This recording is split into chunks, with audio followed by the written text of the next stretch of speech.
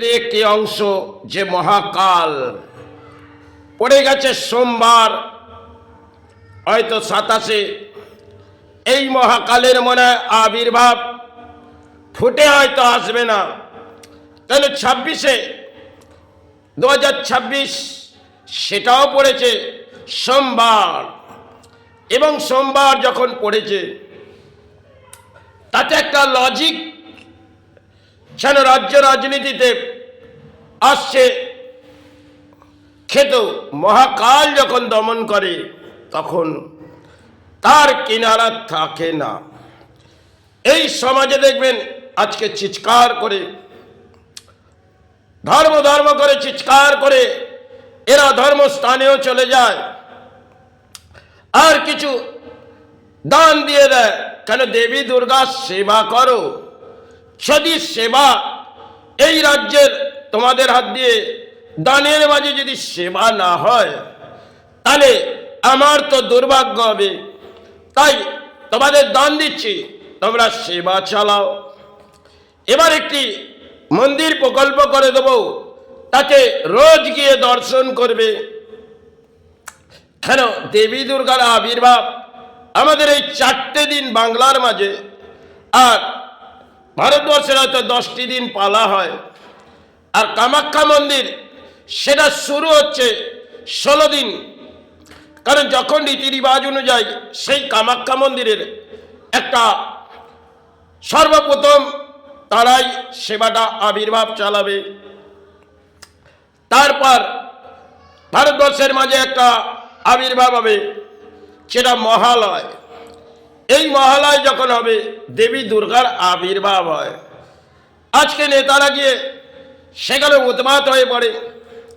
এই রাজ্যের রাজনীতি একটা ম্যাচ। আর সময়কালে যারা সাধনা করেছিলেন তারা ধর্মের আশ্রয় নিতে বলেছিলেন, ধর্মকে তলানি ফেলতে বলেনি। আজকে এই নেতারা যারা বাংলার মাঝে এসে মনে হয় পরম ভক্ত এসে গেছে, ধর্ম জাগাবে। কিছু নেতা আছে দেখবেন, আরে দেবী দুর্গার আবির্ভাব আমার রাজ্যের রানী দিচ্ছে, চলে যাই ওখানে গিয়ে একটি ফিতে কেটে দেবো আর 4টি ফুল পুষ্প কেটে ফেলে আর গায়ত্রী মন্ত্রটা জপ করে দেবো, পুজোটা ওইখানেই সেরে নেব। এটা বাংলায় চলছে। হয়তো রাজনীতিতে নেতারা পুজোর আবির্ভাব করে যাচ্ছে আর জনগণ সেটাই সাহারা ভাবছে। কেন? শুরুতে নেতারা আসবে আর তারা সর্বপ্রথম আবির্ভাব করবে।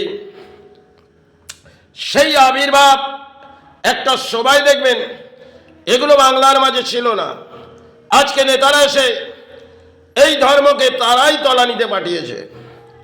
বাংলার যারা নেতা তারা উন্মাদ হয়ে পড়ে যখনই ধর্মের মাঝে সনাতন ধর্মের কোনো সেবা আসে, তখন উন্মাদ হয়ে পড়ে। আর দেবী দুর্গার আবির্ভাবে তো রানী এসে গেছে, যখন রাজ্যের মাঝে বহুদান দিচ্ছে, তাহলে এবার দেবী দুর্গার আবির্ভাবে কিছু দান দেবো, তাতে তোমাদের দানপত্র জীবনে সাহার হবে। আর মাতৃ যখন দানের মাঝেই সেবা চলবে, তাতে আমারও সৌভাগ্য হবে।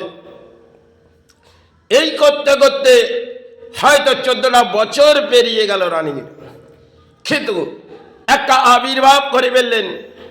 সে বাংলায় মন্দির জগন্নাথ করে ফেললাম, এবার আনবো দেবী দুর্গার আবির্ভাব। আর একটি কাজ করব, মহাকাল। আর মহাকাল যখন দমন করে তিনি মহাকাল, মায়ের শ্রীচরণে যে আছে তিনি মহাকাল। একটা সময় বহু সাধক তারা সাধনার জগতে মা করেছিলেন, তাদের কিন্তু দুরবস্থা কাটাতে হয়েছিল। কেন? মায়ের চরণে মহাকাল আছে আর তাকে দমন হতে হয়।